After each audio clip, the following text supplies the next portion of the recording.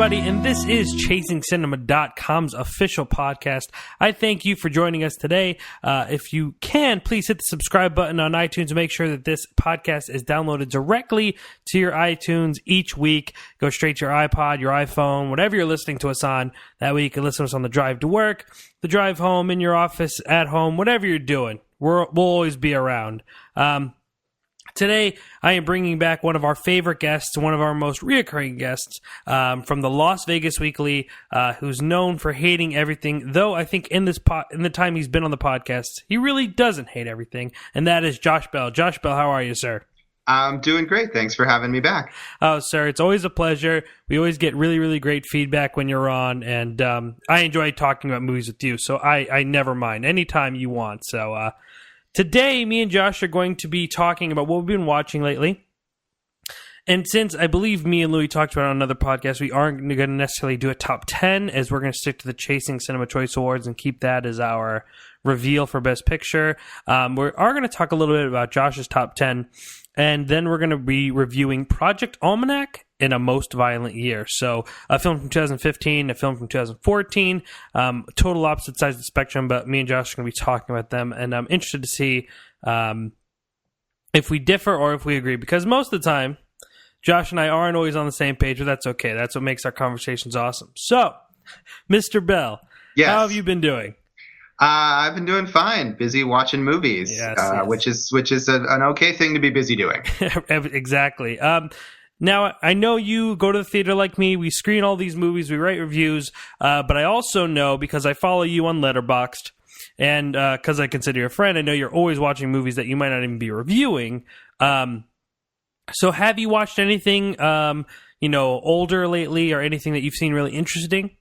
I haven't had a ton of time to watch any older films or films just for my own personal enjoyment lately, unfortunately. But I have seen some interesting stuff. One thing I've been doing the last couple weeks is attending the Las Vegas Jewish Film Festival, which ended this past weekend and is always an interesting event here in Las Vegas. So I did actually get to see one older film. They showed a 1973 French farce called The Mad Adventures of Rabbi Jacob. So that was a sort of unexpected, interesting piece. It was actually a tribute to one of the big patrons of the festival who passed away in the last year. Was one of his favorite films. It was very French. I don't know if exactly. It was a nice tribute for this guy, and it was interesting to see. But it was kind of this screwball slapsticky thing that wasn't really my style of comedy. But the Las Vegas Jewish Film Festival. An interesting event. I always encourage people who are fans of documentaries and foreign films to go check the festival out, because we get to see a lot of films there that wouldn't otherwise play in Las Vegas. One other movie that I did see recently that was interesting, that I did write a short review of, and it's available on demand right now through Vimeo, and I believe in a couple weeks it'll be available through other on-demand providers as well, is Spike Lee's new movie, The Sweet Blood of Jesus, that he financed on Kickstarter. Surprisingly, I've seen very, very little about this movie. I thought, this is a big deal. He got so much attention through Kickstarter. Yeah, that's right. That was a while back when he got a lot of controversy about doing a Kickstarter project. But I didn't hear about this movie until I read your review, actually. And there you go. And I had been kind of following this because, as you said, he had some controversy, much like Zach Braff, the idea of why is this wealthy, successful person turning to Kickstarter to finance their film. But for whatever reason, maybe people are waiting until it gets a limited theatrical release in a couple weeks. But it's been available on demand since mid-January.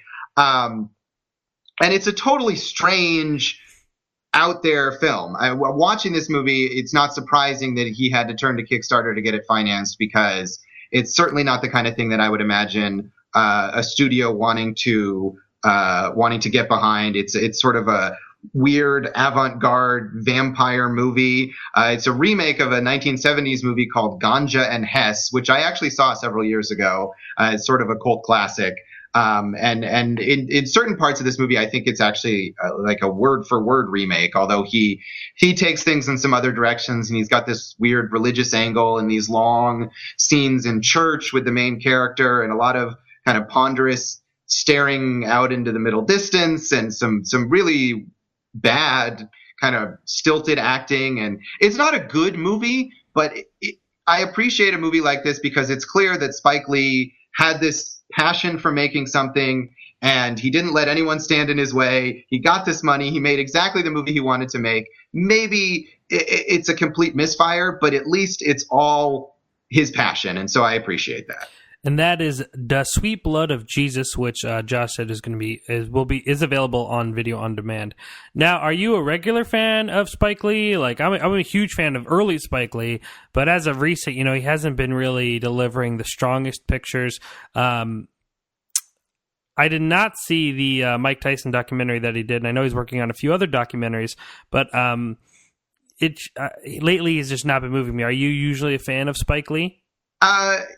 I'm sort of neutral on Spike Lee. I mean, he's very inconsistent. I think he's made some great movies. I mean, not only his earlier films, but some of the stuff he did later in a more studio context with stars. I mean, I think 25th Hour is excellent.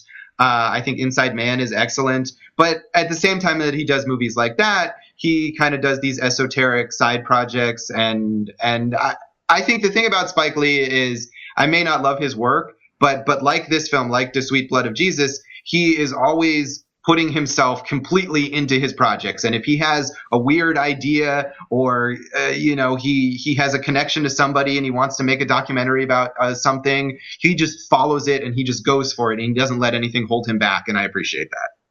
I could definitely agree with you on that. I also seen that that you've reviewed Cake recently. I've not, fortunately, have not seen this film yet, but the movie has definitely been one of the more confusing pictures of the year, and I don't mean plot-wise, I mean just of how I've been hearing about it, and I think a lot of people are with me. At first, Cake had a lot of talk about being in an award type film, a movie that was going to get a lot of buzz, and then reviews started coming out for it, and they were all relatively low. And then we didn't see it get nominated at the Academy Awards. I still haven't seen it, but tell me, what did you feel about Cake?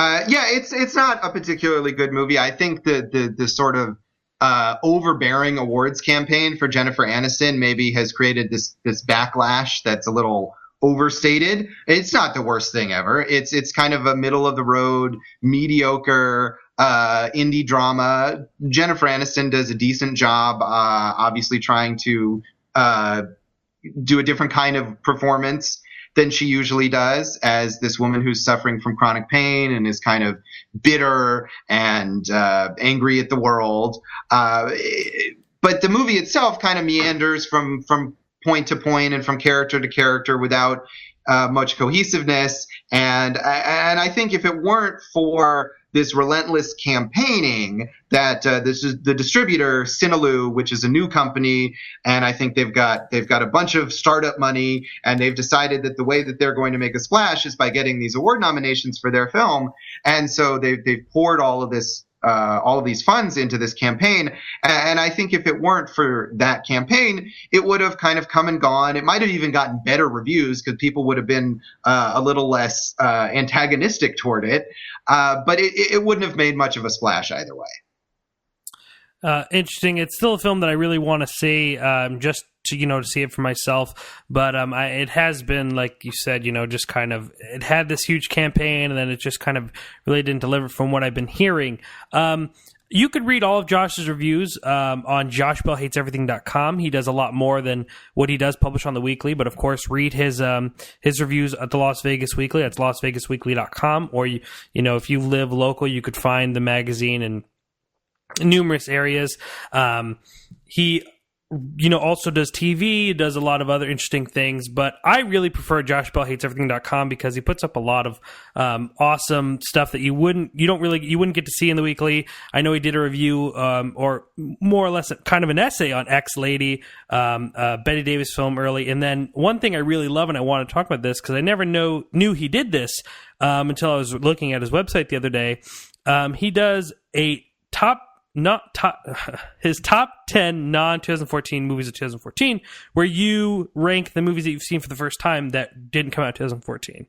Yeah, I love doing that, and I've done it for a number of years now. I think maybe going back to 2008 or something like that. And it was an idea that I totally stole from like a comment thread on the AV Club back in the day. And I thought it was a really fun, interesting idea because at the end of the year, we have so much focus on the movies that came out in a particular year, and in many cases, just the movies that kind of came out at the end of the year that are being pushed for awards. And I'm happy to do a normal top 10 list. Obviously, people are interested in that, and it's nice to be able to, give one last promotion to movies that I thought were good from the year, especially ones that maybe not a lot of people saw.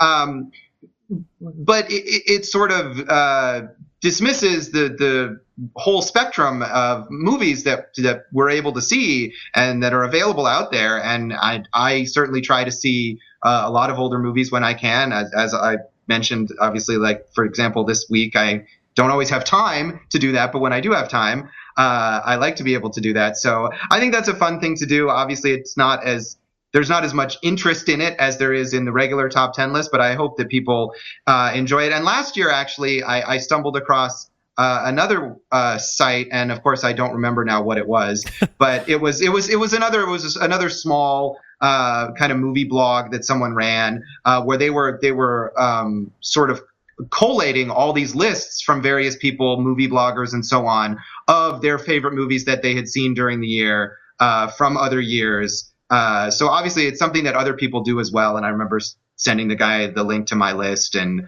mentioning how I was excited that other people were doing this. So yeah, it's a fun thing. And I think for people who are big movie buffs who watch a lot of movies, it's an interesting way to look back on your year. And I would imagine it's something, you mentioned Letterboxd. I imagine it's probably something that people do on there because people on that site are obsessed with making lists of various kinds. And it's true. And but again, this is the first time I've seen this list from Josh, and I think I'm just giving you guys examples of great reads that you could find from Josh that doesn't get published in the weekend, unfortunately. But I mean, we have films like Ain't Them Body Saints, the 2013 film, Gone with the Wind, Easter Parade. He has a movie I've never heard of called Cutie and the Boxer. So I mean, there's a great variety that Josh does, and Josh watches as much as he can. I know he does. We talk about it. So you obviously could hear from. So check that out. If you are a movie fan, this is the website you need to be at, joshbellhateseverything.com. Like I said, I'm a fan of Josh Bell, and that's why I always want him on this podcast. So I'm always asking him what he thought about movies, because before I had Chasing Cinema, before I was technically a critic, I am, as I still am, a fan of Josh Bell. And you can always, okay, of course, sir. And always, you can follow him on Twitter, where he tweets out all of his stuff at Signal Bleed. Josh, just quickly though, for my own knowledge, where did that come from? Signal Bleed. Does that have any meaning? Is that? Yeah, no, I mean, it doesn't have a ton of meaning. It was just a kind of a cool phrase that I liked. Mm-hmm. And when I was starting up that blog, which is now you can find at joshbellhateseverything.com, but when I started it, I didn't have that catchy, fun phrase. And so I was just looking for something simple to encapsulate the idea of blogging about movies and TV. And at the time, I was writing about comic books, which I haven't really done very much on the blog in a while. And so it seemed to me to imply, a co-mixing of different media of movies and TV and comics. And so it popped into my head and I used it. So when it came time to sign up for Twitter, I used the same phrase because it was related to the blog and because Josh Bell Hates Everything is too long for a Twitter handle. I was just curious for my own, curiosity. But that's, again, you can follow him at Signal Bleed, or find more of his reviews at joshbellhateseverything.com. Well, the thing is, every time I'm talking to you, you're always watching a lot of stuff. I know you're going to the, like you mentioned, the festival we have out here, and I know there's another one coming up that I'm going to try to attend as well. But, you're always watching stuff. So he is always updating and writing about things. So, again, I highly recommend it. For me, I haven't really gone into my movie watching mode. I'm actually kind of just recuperating from the incredible amount of movies that we digest at the end of the year, like Josh said. December, this being my second year of actually doing Chasing Cinema and writing as much as I can. I mean, this December I really went head first and try to watch as much as I can. And, I'm just trying to take a deep breath. But last night I kind of went through my collection and I pulled out an old documentary I'm interested to see if Josh has ever seen this or if he likes it. It's called Beyond the Mat, and it is a documentary about the world of professional wrestling. It was released in the 90s, and me, being a wrestling fan ever since I was a kid, I still watch wrestling to this day, and I unshamefully tell the world because I'm a big fan, and me and Louis talk about it all the time. But this was a really great documentary, and I think it's a really well-made documentary. I haven't visited in a long time, and though many things from the documentary that were kind of looks like were set in stone have definitely made a huge change in what's going on now, but a very, very great documentary. Josh, have you seen this movie? I have not. I've heard about it. I'm not a wrestling fan, but I was as a kid, way long time ago. But I haven't watched wrestling in a very, very long time. But I've heard, is it Todd Phillips who directed it? No. No. Beyond the Mat was, oh man, I just had his name in my head too. It was Barry Bluesen. Oh yeah. I know who you're talking about, and even if you're not pronouncing his name, right? Which I don't think I am. Barry Blaustein, who he was the writer. He's a screenwriter. He did the documentary of that, but he wrote The Night of Professor, Night of Professor 2, The Clumps, Coming to America. So he was more of a screenwriter, and then he just kind of went on, decided to make a documentary about being a wrestling fan and about these wrestlers. Josh, I'm sorry to hear that we lost you. I think you need to come back to the dark side and watch some wrestling. I get updates because I have a good friend here, Jason Harris, who's a comedian and also a podcaster, actually, American Irish podcast. You could check out. But he's a good friend of mine, and he's a huge wrestling fan. So he's watching wrestling all the time, and I'm amazed at how much wrestling there is to watch. And so I end up hearing from him. I know the Royal Rumble occurred recently, and Yes. he was very displeased with the Royal Rumble. Him and Mene. That's so awesome. I do hear about wrestling from time to time. And again, what was the podcast? Oh, his podcast is called American Irish. It's him and an Irish stand-up comedian. They kind of discuss pop culture from dueling standpoints. So it's fairly new. They just launched it recently. Awesome. But you can check him out, Jason Harris. I will and definitely. He's also a comedian. And I'll probably have to write him, and maybe we could start a wrestling podcast. I think he would love that. He is a very dedicated wrestling fan. I'm amazed at how much time it takes to watch wrestling, but he always makes time for it. All right. Well, moving on. This isn't our wrestling podcast, unfortunately. I won't, try to persuade everyone on this podcast to go watch wrestling. But moving on, talking about films. Josh, really quickly, even though we did talk a little bit about your non-2014 top 10 list, you're like I said, I'm a big fan of yours. I read a lot of the things that you do, and I look forward to your top 10 list. And I know that we were talking about having you on for a top 10 list. So, Josh, would you mind talking a little bit about your top 10 list? You don't got to go in grave detail, but I think our listeners and myself would love to hear your top 10 list of 2014. Yeah, sure. I mean, as I was mentioning before we started, my list is actually very similar to the one that we discussed at the halfway point of the year on this very podcast, because a lot of the movies from earlier in the year were ones that stuck with me and remained my favorites. So, for example, I mean, from what we had talked about, the revenge thriller Blue Ruin, which was my number one movie at that time, I left there at number one. We Are the Best, the Lucas Moodysson Swedish coming-of-age film about the teenage girls who start a punk band in 1982. I had a question about. Sorry to interrupt you. I had a question about that because I'm very forgetful. So if I don't interrupt you, I'll forget. I remember us talking about a punk rock movie, but I believe it was a documentary. This is not the same film, correct?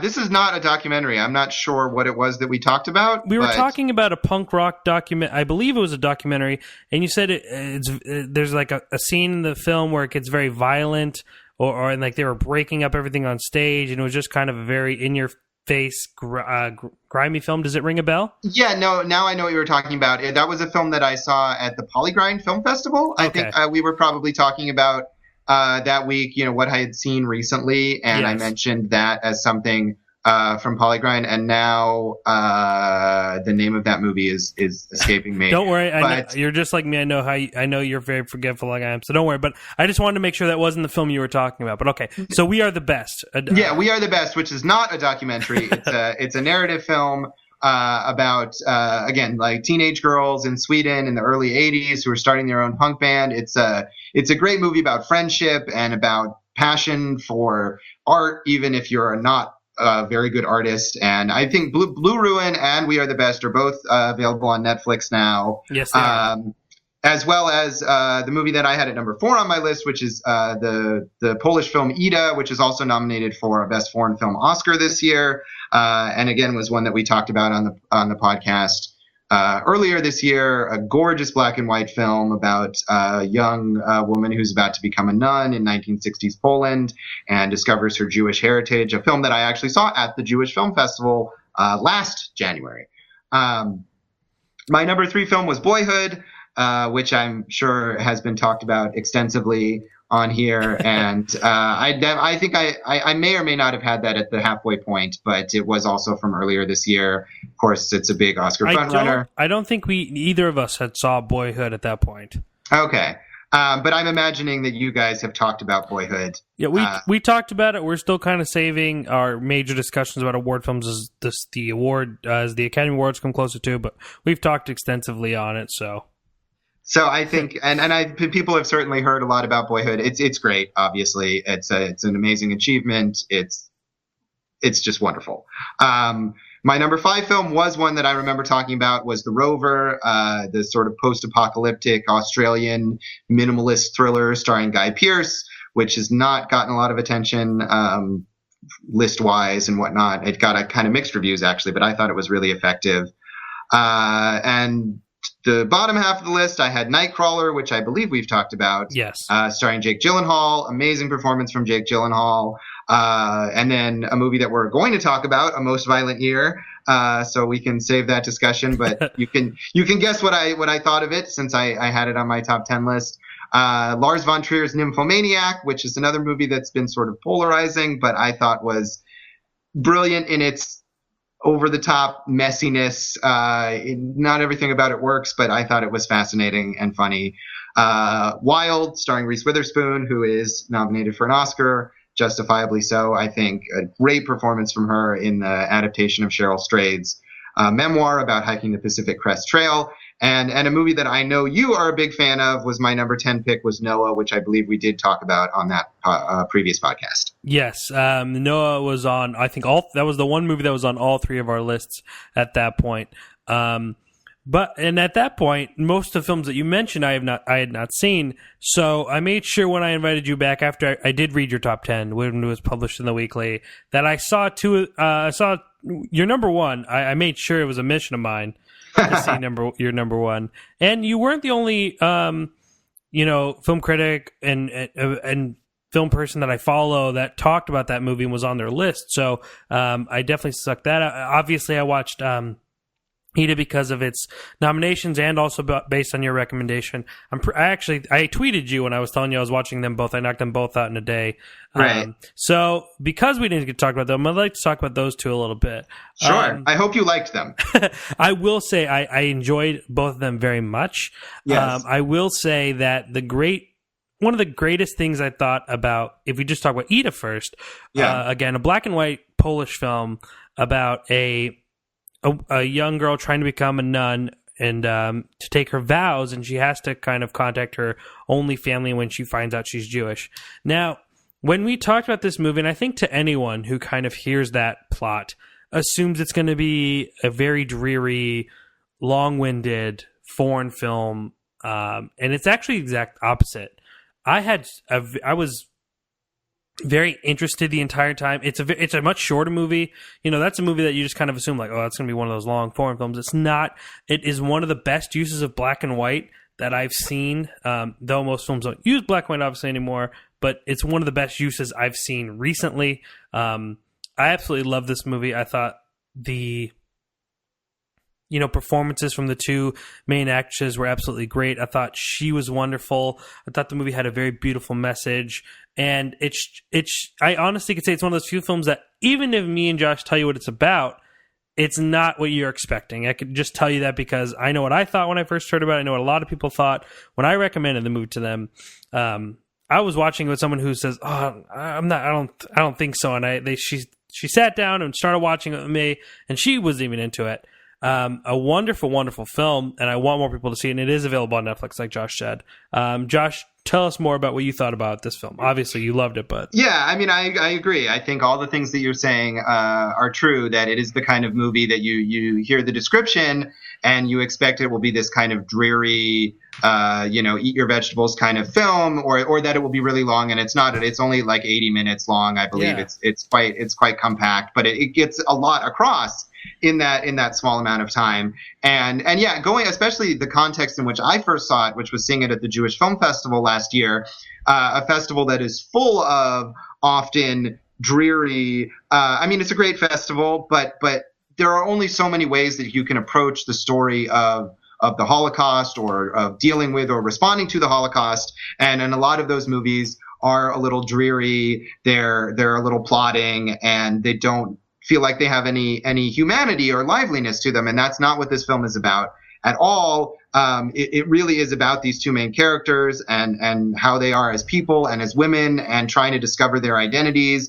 And they're wonderful people to spend this time with as you watch the movie. And I think that's one of the great things about it, is that these characters are so vibrant as you watch it, regardless of the time period or their backgrounds or the language that they're speaking, that these people are just people that you are fascinated to watch for this amount of time. So I'm glad to see that I did see it on a number of top 10 lists this year, and that it got the Oscar nomination, and that's hopefully bringing more people to see it, because it's worth seeing. Absolutely. And another thing I want to talk about is something that I very rarely mention, and I wish I could mention it more, but it's one of those things where most movies I see are shine in another way, in a more popular way, either performances or cinematography, or score and script and things like that. We don't really get to talk about the really, really intricate techniques that are used in filmmaking. And one technique I thought this film used so brilliantly was its staging and blocking.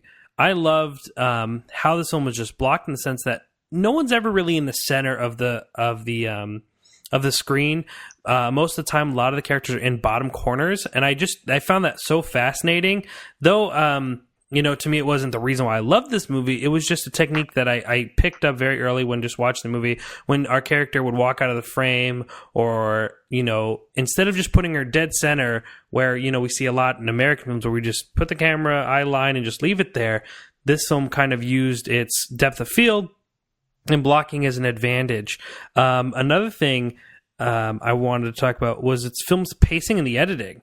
I thought that was a really, really great technique used in this film. Not so much as I wrote when I was writing the film. I took some notes, and I said that it wasn't as invasive, and not invasive in a wrong way, but it definitely reminded me of a Jim Jarmusch film. It kind of had that same feel, especially Stranger Than Paradise came to mind. Josh, have you ever seen that? I believe I have. Yeah, okay. That's Jarmusch. It's an early black and white Jarmusch film, correct? Yes, it's an early, where it's just follows these two guys and a girl, two cousins and a girl, and it's a film that just kind of cuts and puts you in the new place that they are in. In that film, it's obviously a lot more invasive, but this film never really wasted any time. It was always quick to cut, and it put you in a different place. So I felt that it did feel like that, and I thought it helped tell the story. It didn't leave too much meat, trimmed all the fat, and it was straight to the point. And that's another reason why I love this film.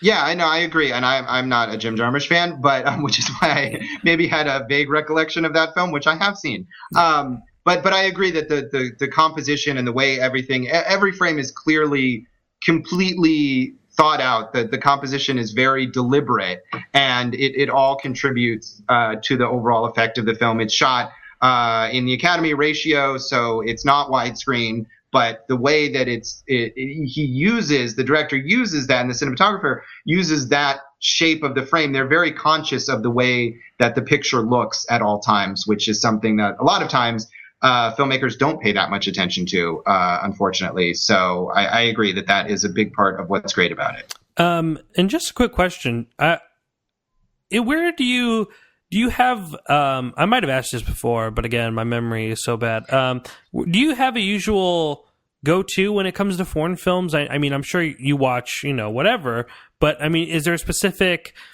country films that you kind of favor? You know, is it, you know, French to Korean to you know, Japanese? Do you have a favorite foreign film genre, or I guess you could say? Yeah, I mean, I do like French films a lot. I think maybe because I took French in school, and I watched French films, you know, as a teenager, in class and stuff like that. So maybe I had an affinity for them, watching, you know, Jean de Florette or Au revoir les enfants or something, you know, when I was 12 years old. Kind of built my affinity for French films. So I suppose I've probably seen more French films than foreign films from any other country. Mm-hmm. But at this point, I mean, I try. You know, we don't get that many in Vegas, but whatever films open here from whatever country, if it happens to play here, I will make an effort to see it and write about it. And films like Ida that are highly acclaimed that make it here, I make an effort to see. So yeah, I guess you could say that, but I don't have a strong preference per se. Gotcha. And Josh, I think we were talking about some foreign films earlier, and now it just kind of brought up to my mind. And also, I just wanted to mention, did you ever see A Separation? Yes, I've seen A Separation, the Iranian film. Yes. Yes. Did you see the new film that director did? I believe his name is Asghar Farhadi.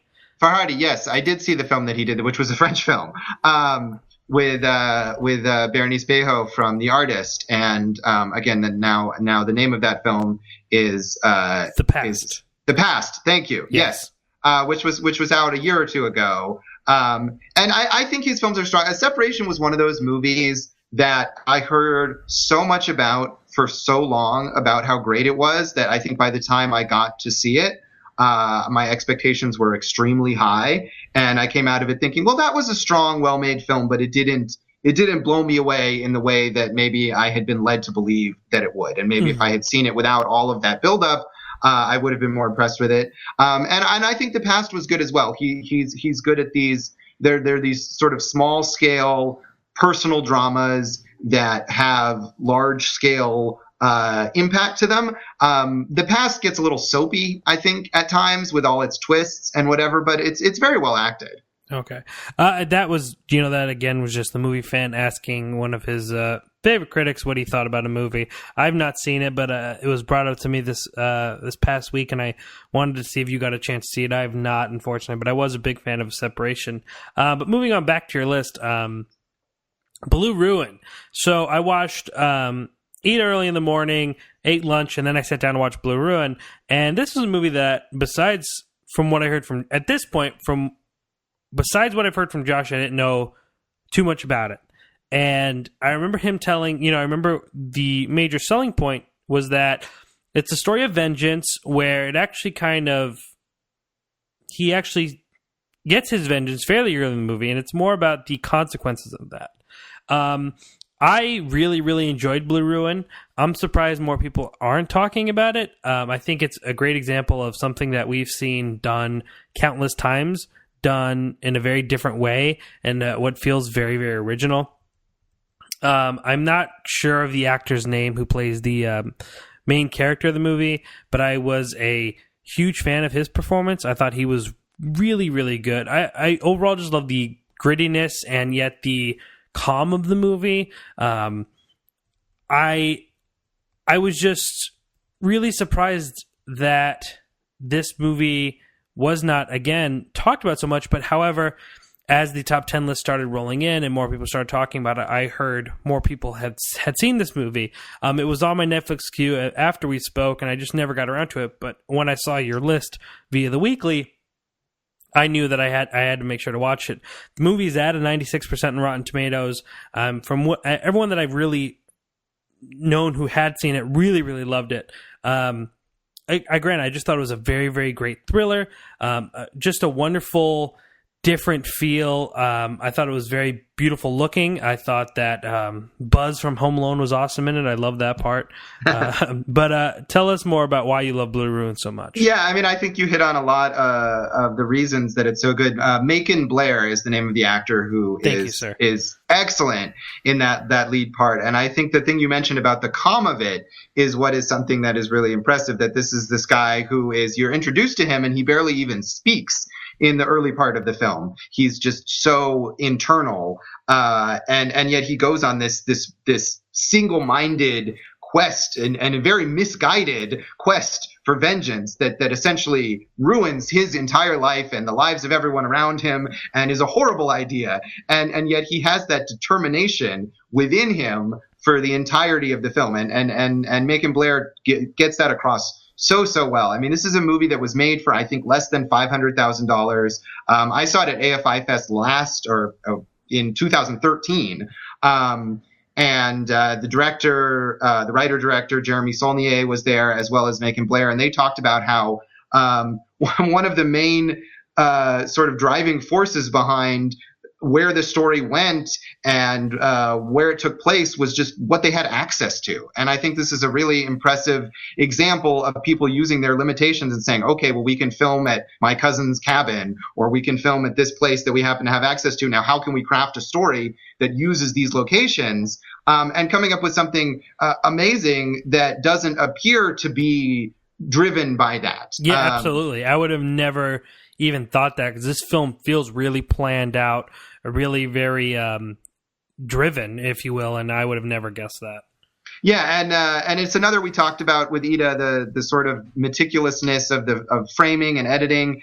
And Jeremy Saulnier is a cinematographer who's worked on a lot of independent films, and so he has a very clear, I think, idea of where to put the camera and how to frame things, and that's something that's impressive about this movie. So yeah, at the time that this was released, it was a very limited theatrical release, and it was out on demand. I read a lot of really positive reviews, as you mentioned. It was at 96% on Rotten Tomatoes. I think, though, as the end of the year approached, for whatever reason, it kind of fell off the radar for a lot of people. Maybe it was overshadowed by some bigger, more grandiose films that are more obviously, quote unquote, great movies or best movies of the year. But it's obviously, I think it's a great movie. And what's great about it is it's a genre film. It's the kind of story that we see dozens of times every year in the movies, but it has such an emotional impact to it, beyond what you get typically out of a thriller like this.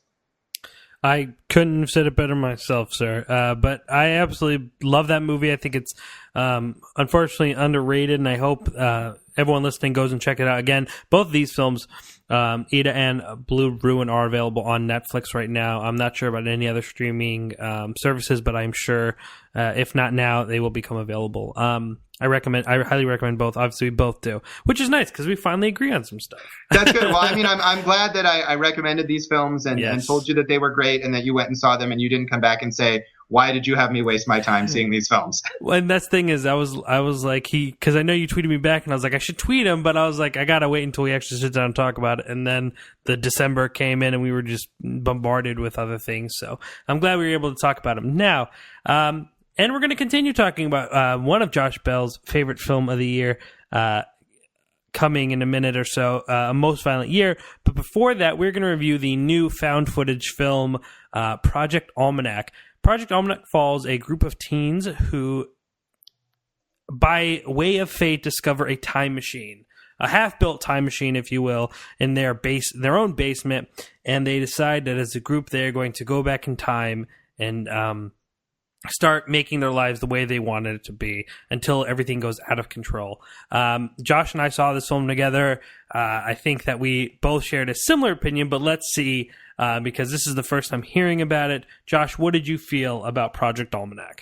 Well, we've gone from talking about some great movies to talking about completely forgettable, not great movie, let's say. So, I mean, I didn't hate this film. I think somewhere in here is a good idea, a familiar idea maybe from time travel movies where people travel back in time and they try to change something or fix something or make something better. And of course, the ripple effect makes things, in fact, much worse. It takes a really long time for this movie to get around to those things happening. And we have to spend a lot of time with these sort of vapid, annoying teenage characters as they go about their daily boring lives in high school. And because it's a found footage movie, We end up seeing a lot of these mundane interactions, which theoretically could be great for building up characters that we're then going to care about when bad things start happening to them and we're worried and whatnot. But I didn't feel like this movie successfully built up interest in these annoying teenage characters. And then when they get the time machine built, I think it takes 45 minutes or something of the movie for them to finally build the stupid time machine and go back in time. And then we get this long ass montage of them going to Lollapalooza. This is what they do. They're very excited to build the time machine so they can go to a concert that occurred like a week earlier or something, and see Imagine Dragons, Las Vegas's own Imagine Dragons, yes, who get a very large spotlight. Teenagers want to travel back in time so they can see Imagine Dragons perform Radioactive, which no one has ever heard before, clearly. What else would you do with a time machine? That'd be my first thing. So yeah, I mean, I think as silly as that was and how obvious it was that it was a big product placement for Lollapalooza and for Imagine Dragons, and good for them. What annoyed me most about this movie was that when we finally get to the point where, okay, now there are some consequences to what they've done and they have to undo these terrible things, it was so vague and it was so unclear as to how or why what they had done created these bad things and how or why they were going to be able to fix it. And then it was kind of rushed through to get to this ending that I felt like didn't have the emotional impact that it's obviously meant to have with the main character and his relationship with his father, but also from the kind of sci-fi mind-bendy aspect that you want out of this film. I got to the end and thinking, none of this really adds up in any way, as opposed to a film like Predestination, for example, which is available on demand now. Which I've not seen yet. And I didn't even know it came out on video on demand yet. I'm so excited for that. Yeah, you should absolutely watch it. It's a much better sci-fi film about time travel with this similar kind of paradoxes, but also has a much stronger emotional core, characters that you really care about, and the twists in the plot, even if they don't make 100%, they don't make sense 100%, they connect to each other in a much more satisfying and meaningful way. So I would say if you were thinking of seeing Project Almanac, don't go see that. Instead, order Predestination on demand. I think, and that's the type of response for most time travel films is that sometimes they don't always blend, and I was never really good at science, so it's very easy to get over on me. I'm like, all right, I'll buy it. But this movie I had a really hard time with, just because again, I actually really agree with pretty much everything Josh said on this. I felt that maybe 1/3 of the film was all done by montage with the popular song.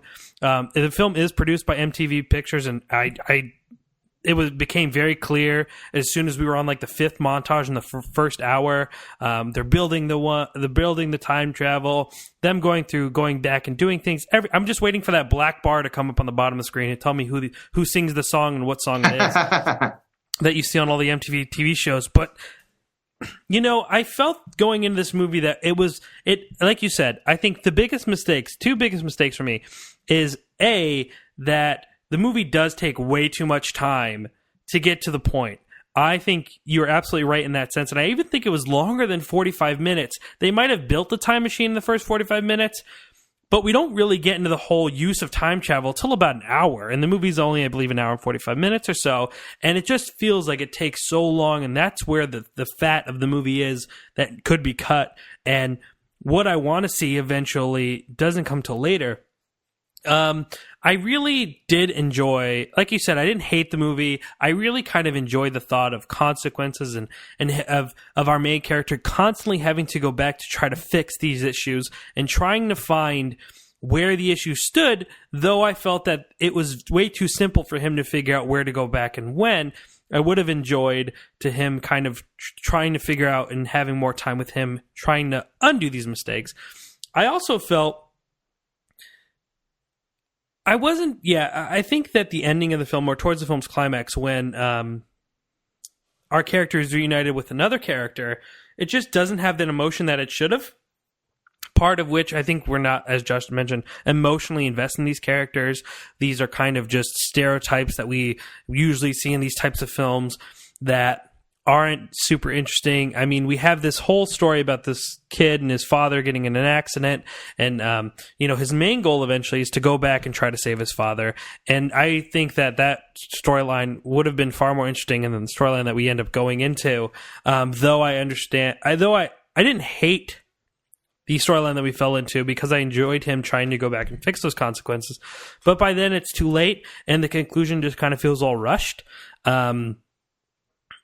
But overall, I think without the emotional connection to the characters or caring about what was really going on, and the fact that the film took so long to kind of do something interesting or show some consequence for what they were doing, even though, they're watching these time travel movies, like i.e. Bill and Ted, and, they talk about it in their rules. As they make rules, they know that they're going to have consequences, and then it takes them so long to get to those consequences, and they're kind of surprised by it.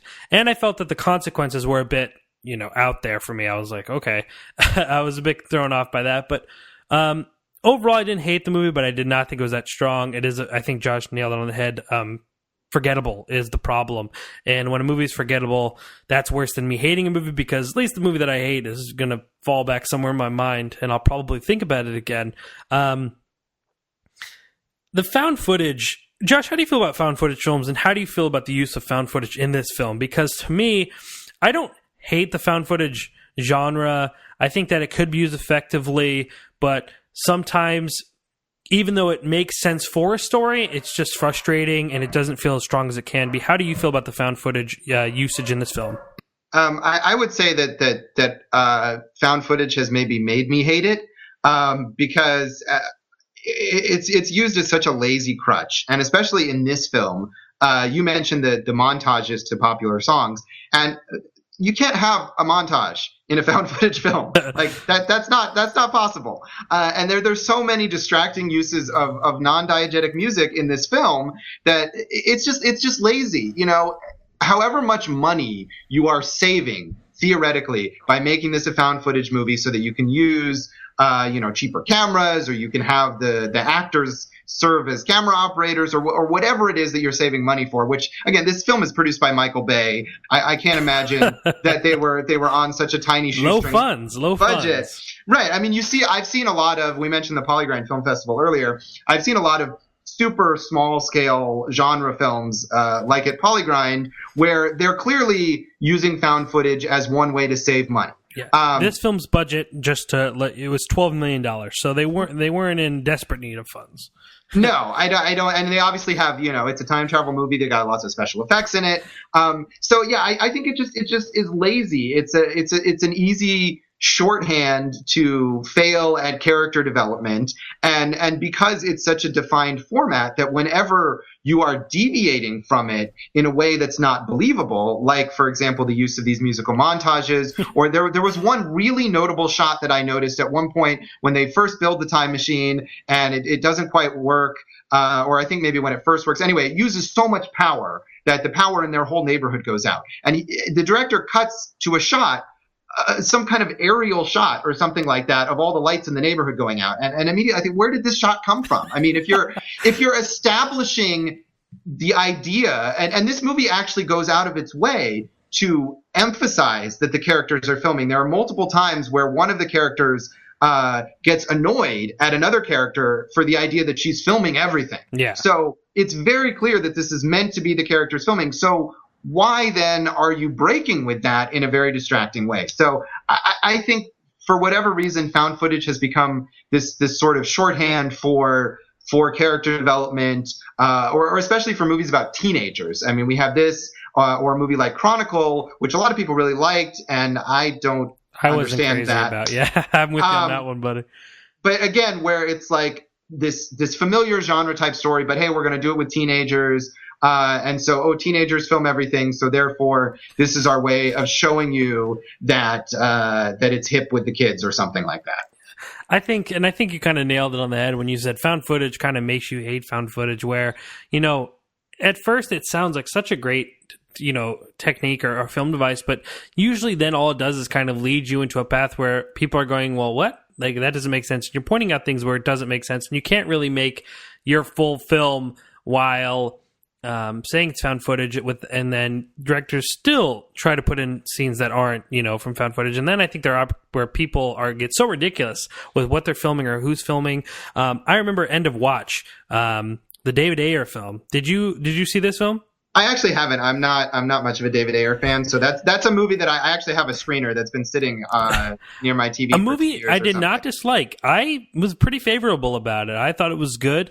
It was a found footage movie. Jake Gyllenhaal is making a documentary for class about him being a cop. However, when the villains of the film, who were part of the cartel, I believe, Mexican gangsters, were going around filming themselves committing crimes and watching and filming themselves, doing all this illegal activity and talking on the camera. That's when I was like, well, that doesn't make any sense. I'm pretty sure no criminal is dumb enough to film themselves. I shouldn't say none at all, but to me, I didn't buy that. So those are the kind of devices that I think found footage have issues running into. But overall, again, a movie that Project Almanac, a film that I wasn't, again, hateful for, but a movie that I was more like whatever, and a film that unfortunately think will just get forgotten. And again, I think a lot of that was to do timing, was just they wasted too much time in the very beginning of the film. And it's so not, and that's the thing that threw me off, is that it was so easy just to discover there's a time machine in the basement that I thought we were going to hop right into it. But instead, they spend 20 minutes at least trying to fix and work the time machine that I felt that could have got cut out. Because if I'm going to buy that they just found a time machine in their basement, I'm going to buy that it works. Right. They established the idea that these kids are these super geniuses and the main character is trying to go to MIT. Yeah. And so they throw all this jargon at you, which serves no purpose, because for people who aren't scientifically inclined or mathematically inclined, it's essentially meaningless. Yeah, I didn't understand anything that was going on. But I guarantee that for people who do know a lot about math and science, it's not right. Yeah. It's some screenwriter throwing in some words that he found in some book somewhere or whatever. And so it doesn't serve any kind of purpose. Again, I think the purpose it's meant to serve is to build up these characters and to have us care about them and understand their personalities. But I think it fails at doing that. Yeah.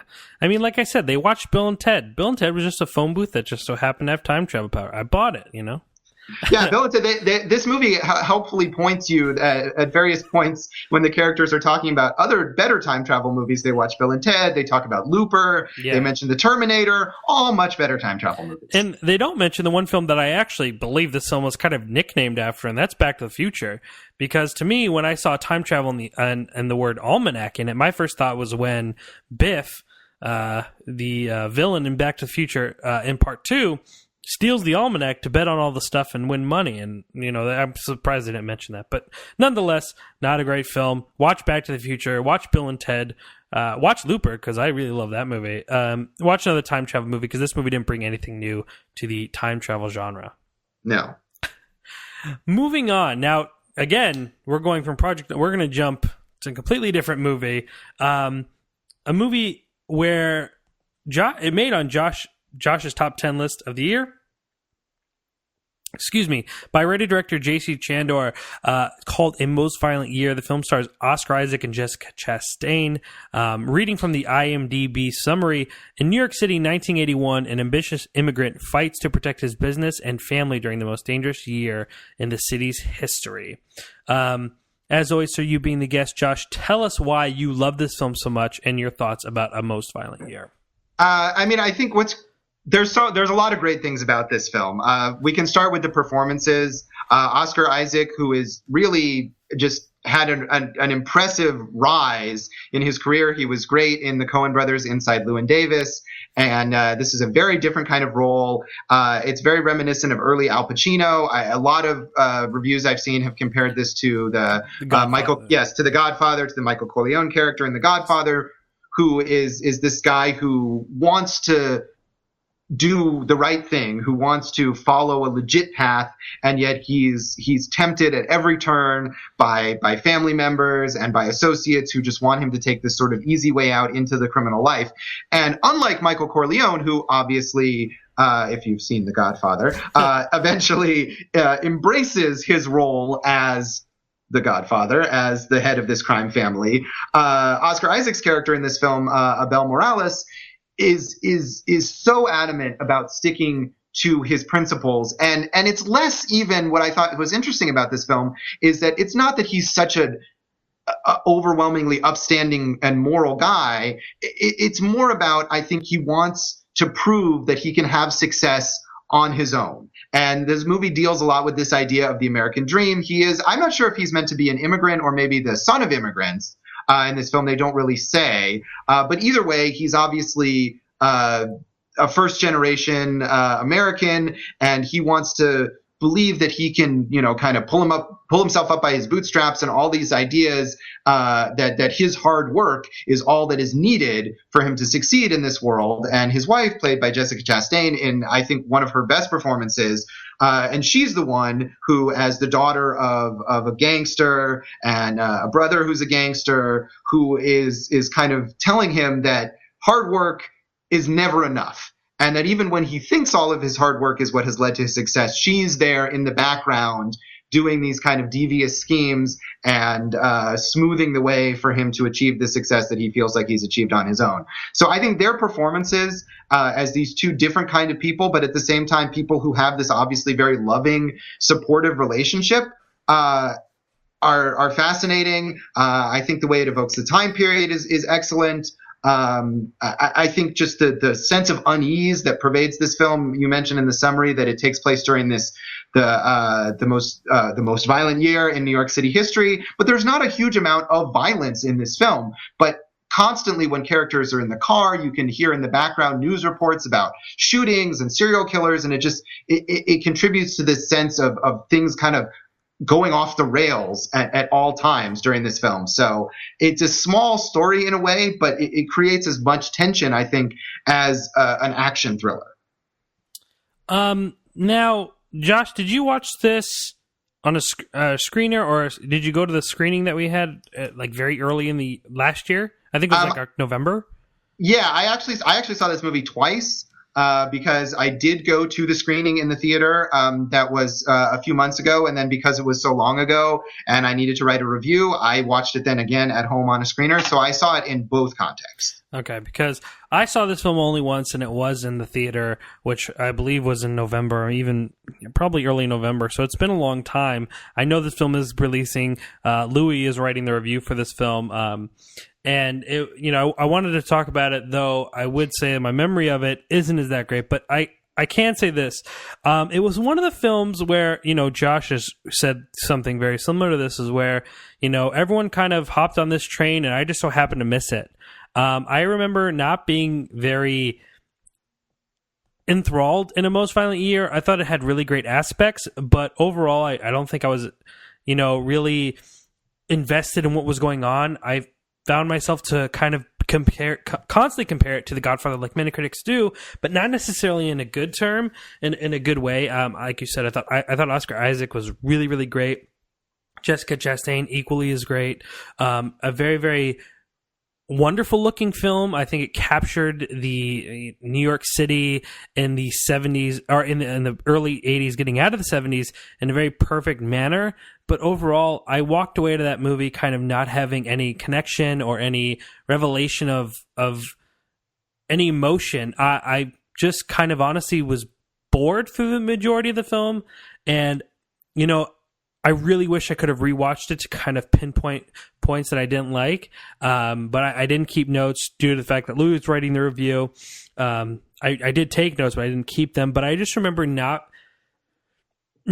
getting the hype. I heard a lot of great things. It was a movie that kind of wasn't so much in the Oscars earlier, but not Oscars, but just award buzz. And then when it hit, it was one of the top rated movies on Rotten Tomatoes. It was the film that a lot of people were saying is the best film of the year. I think it still is like a 95, 96 on Rotten Tomatoes. And so many people loved it. And then I watched and I was just really surprised because it just didn't click with me. And that happens sometimes. And like I said, I wish I had more exact points to kind of mention on. I think the movie has some really interesting moments. I think the best way to kind of put it is where, for me, it worked better in parts than it did as a whole. And I walked away with not really having too much emotion about it. And not so much invested in these characters. Again, I kept comparing it to The Godfather, and in that sense, I didn't think as though it was trying to kind of do an homage to Francis Ford Coppola. It did not live up to that hype. I remember there were some parts that I really did enjoy. I think I particularly enjoyed really Oscar Isaac. In my opinion, preferably more than Jessica Chastain, though I think both their performances are great. But overall, the one thing I really remember loving about this movie was how well they captured that time period and how everything looked. There was one scene in the movie that I actually really did enjoy, and that was when our main character, Oscar Isaac, is chasing a guy down through this train station, and there's this long, just chase that doesn't feel like an action movie type chase. It's just a man running to catch this guy. And I think there were some other really good moments in the movie, but to me, none of them kind of worked up to anything too spectacular. I do want to watch the movie again because it has been a while, but I'm not saying that I wasn't paying attention and that's why I didn't like it, but in the sense that I would like to know more of why I didn't like it. But I remember walking out of theater fairly disappointed. Yeah, I mean, I think although, as you mentioned, it got a lot of very good reviews, I remember coming out of that screening and many people, local critics and media folks who were there, saying that the film bored them. Yeah. So, in fact, I remember thinking I might have been the only one at this screening who liked this movie, and especially because I came out of it thinking not only that I liked it, but that I loved it, that I thought it was fascinating, and I was never bored. But I can see how. I mean, it's definitely a very methodical and in a way you could say sort of a slow film. And if you're not drawn into the world of the sort of rivalries in the heating oil business, which is what the core of the story is, then I could absolutely see how you could be bored. And even though you mentioned that one particular chase, that's sort of this small scale car chase in a way, which I thought was a fascinating scene, but at the same time, it's not like a car chase in a Jason Bourne movie where it's going to get your blood pumping. If you hadn't been engaged, maybe it's going to suddenly grab your attention. So, I could see that if you're not on the wavelength of this film, that it could be dull. Again, all I can say is that to me, every aspect of this movie was fascinating, from the performances to just the intricacies of the business and the very deliberate way that he lays it out and the attention that he pays, J.C. Chandor, that he pays not only to the sort of the more violent or dangerous aspects of the story, but also the simple